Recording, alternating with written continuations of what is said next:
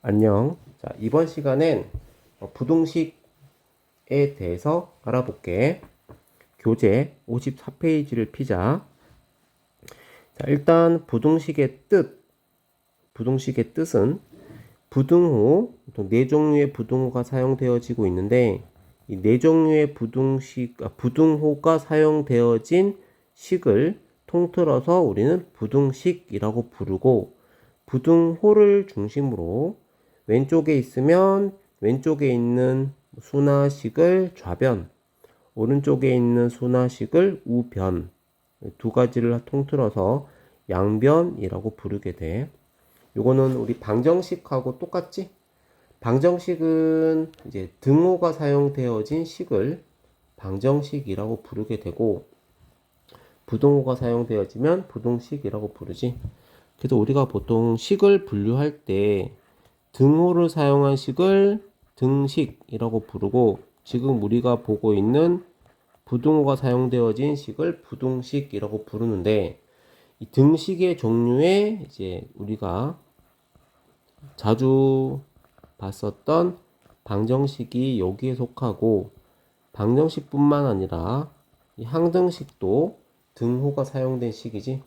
자, 이번 시간엔 이 부등식에 대해서 알아보는 거니까, 부등호의 종류는 총 4가지가 있긴 하지만 크게 등호가 없는 2가지 부등호와 등호를 가지고 있는 2가지, 이렇게 좀 크게는 2가지로 볼 수 있는데, 이 부등호의 방향이 어디 쪽을 향하고 있느냐에 따라서 큰 쪽과 작은 쪽으로 나뉘기 때문에 총 4가지 기호가 있는 거고, 여기 3번에 이제 부등식의 표현을 보면 A가 만약에 B보다 크다면 이 부등호의 그 입이라고 부를게.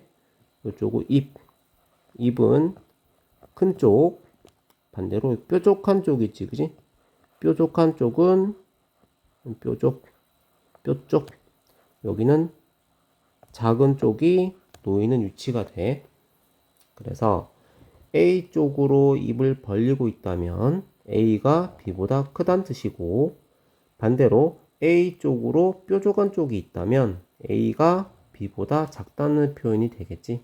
그래서 그대로 읽어주면 되고, 또는 A가 B 초과 미만이라는 표현도 역시 등호가 없는 부등식, 대조관계를 표현할 때 쓰는 단어지.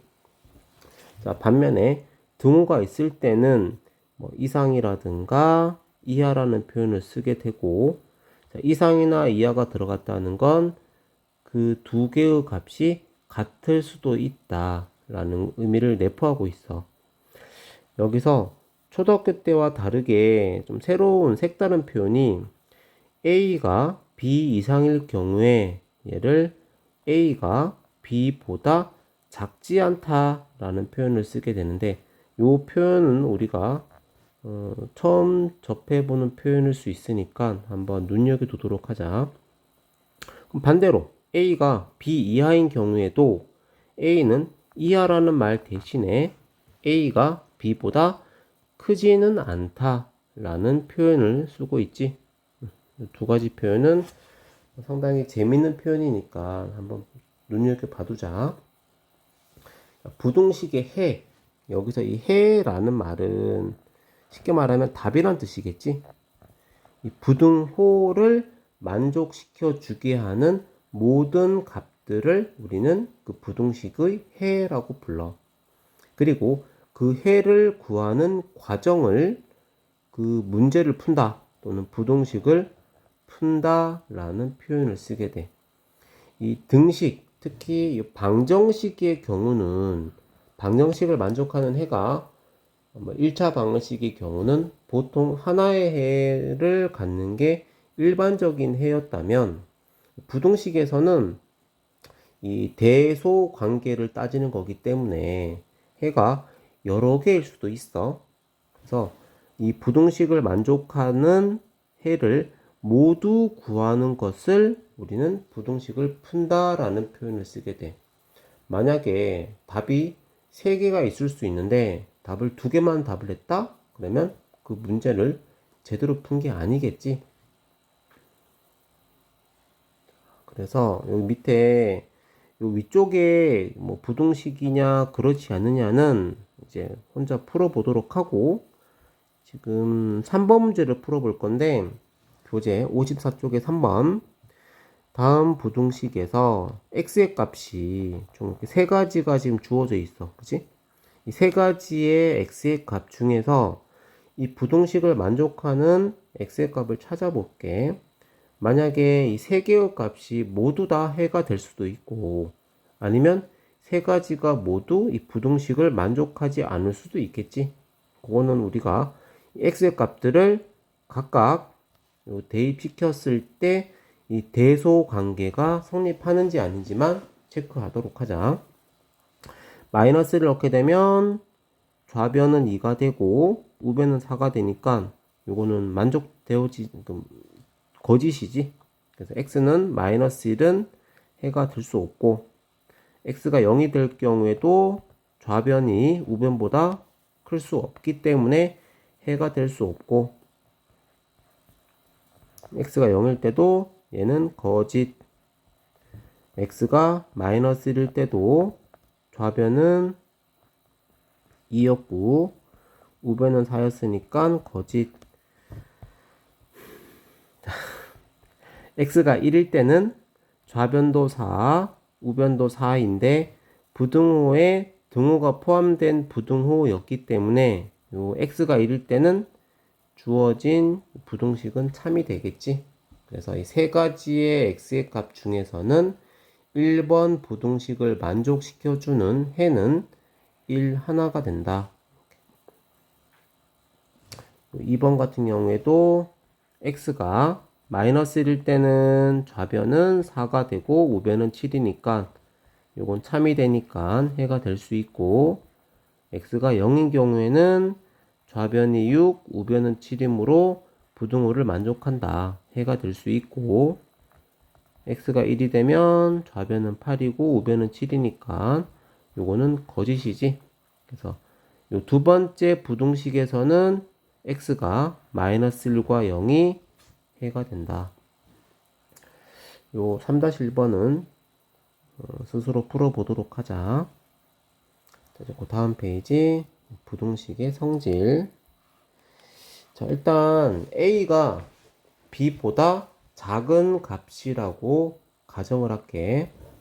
그러면 양변에 곧 a와 b에다가 똑같은 수, 여기서는 c라고 적혀 있지만 뭐 이제 숫자일 수 있고 식일 수도 있는데, 똑같은 수나 식을 더하거나 빼도 좌변이 더 작은 값이었더라면 그 부등호의 방향은 바뀌질 않아. 예를 들어서 5가 7보다는 작은 수지. 여기 양변에 내가 만약에 3을 더했어. 똑같이 3을 더했기 때문에 5가 7보다 작았기 때문에 3을 더해도 부등호 방향은 바뀌지가 않지. 또는 반대로 내가 빼볼 건데 5가 7보다 작은 수인데 만약에 3을 똑같이 뺐어. 그래도 좌변은 2가 되고 우변은 4가 되기 때문에 역시나 부등호 방향이 바뀌진 않지. 그 다음엔 곱셈과 나눗셈을 알아볼 건데, 이 곱셈과 나눗셈에서는 이 두 가지로 지금 나누어져 놨는데, 양수를 곱하느냐 음수를 곱하느냐에 따라서 양수를 곱할 때는 이제 부등호 방향이 바뀌지 않지만 음수를 곱했을 때는 부등호 방향이 여기 바뀌어져 있지. 자, 그래서 이 더하기 빼기와 양수를 곱하기 할 때는 부등호 방향이 바뀌지 않지만 음수를 곱할 때는 또는 음수를 나눌 때는 부등호 방향이 바뀌는구나. 이제 요 세 번째 요 내용은 우리가 조금 중점적으로 외우도록 하자. 여기서 부등호에 등호가 있을 땐 등호는 뭐 방향이 바뀐다고 해서 있던 게 사라지거나 없던 게 생기진 않아. 원래 부등호에 등호가 있었다면 방향이 바뀌더라도 등호는 그대로 살려두면 돼. 만약에 등호가 원래 없었다면 당연히 넣으면 안 되겠지.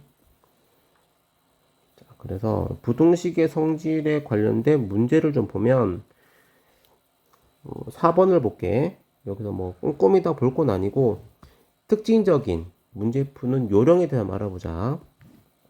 현재 A가 B보다 작거나 같다라고 돼 있는데 1번의 경우는 A와 B에 똑같이 2를 더했기 때문에 부등호 방향이 바뀌진 않아.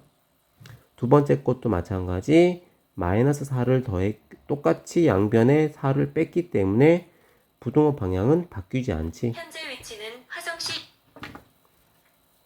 자, 그런데 세 번째 경우는 3번 문제는 아이고 이거 말고 4번의 3번 경우에는 A와 B에 마이너스가 곱해져 있기 때문에 처음 부등호의 방향에서 방향이 바뀌어야 돼.